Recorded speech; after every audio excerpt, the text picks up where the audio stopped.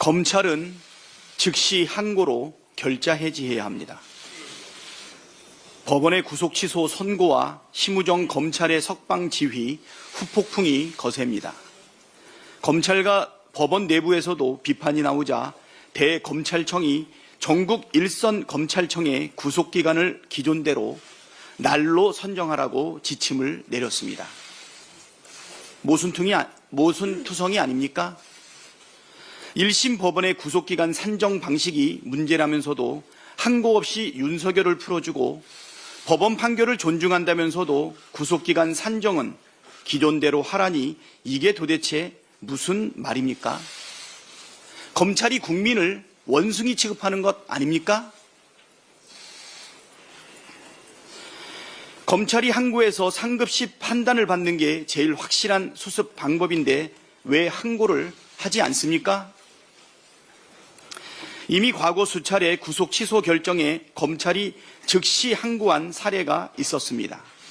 심지어 이번처럼 피고인이 석방된 이후에 즉시 항고에 인용 결정을 끌어낸 사례도 있습니다.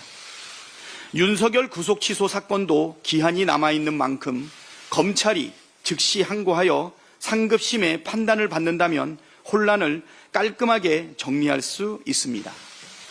즉시 항고와 보통 항고가 다 가능한데 검찰이 지뢰 항고를 포기하는 것은 매우 무책임하고 비겁한 일입니다.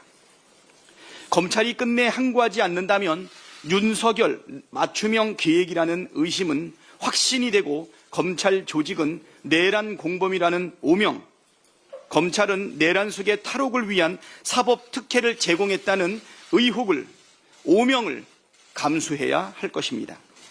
사법체계 불신을 키우고 혼란의 원인을 제공한 당사자 심우정 총장은 즉시 항고로 결자 해지하십시오. 최상목 부총리는 사돈 낱말하지 말고 헌법과 법률을 준수하십시오.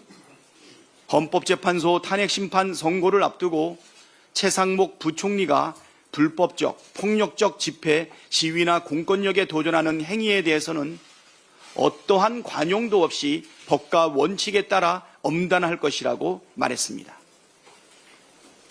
원칙적으로 당연한 말이지만 그 말을 하면서 위헌, 위법의 대명사인 최상목 총리가 입술에 침이라도 발랐는지 묻고 싶습니다. 헌법재판소의 만장일치 결정을 무시한 채 마은혁 재판관 임명을 거부하고 법률상 지체 없이 해야 할 상설특검 추천 의뢰를 석 달째 이행하지 않고 있으면서 이런 말 하기 부끄럽지 않습니까? 불법적 폭력적 집회 시위와 공권력에 도전하는 행위를 부추기고 있는 주범이 바로 최상목 부총리입니다. 국민에게 이래라 저래라 하기 전에 자신부터 헌법과 법률을 지키십시오.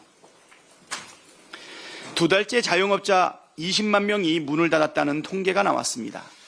통계청에 따르면 지난 1월 자영업자 수는 550만 명으로 작년 11월 570만 여명과 비교해 20만 명 이상 감소했습니다. IMF 외환위기 당시인 1997년과 1998년 때보다도 적은 수준입니다. 실업자가 늘리면서 실업급여 지급액도 크게 증가했고 고용보험 가입자 수 증가폭은 21년 만에 최저치로 떨어졌습니다. 서민들이 직면한 경제 상황이 정말 심각합니다. 서둘러 민생 회복의 불씨를 지펴야 하는데 국민의힘과 정부는 추경 편성에 몹시도 무성의합니다. 말로는 추경 필요성에 공감한다면서 행동은 하지 않습니다. 헌재의 결정은 존중한다면서 마은혁 재판관 임명을 계속 미루고 있는 최상목 경제부총리의 태도와 똑 닮지 않았습니까? 지난 월요일 여야 협의회에서 보인 태도를 보면 추경을 할 생각이 없어 보입니다. 국민의힘이 추경을 할 생각이 있었다면 연금이랑 연계해서 판을 뒤엎고 나갔겠습니까?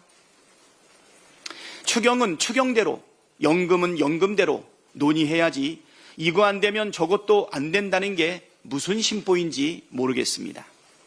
국민의힘과 정부는 민생을 외면하지 말고 추경 논의에 적극 나서십시오.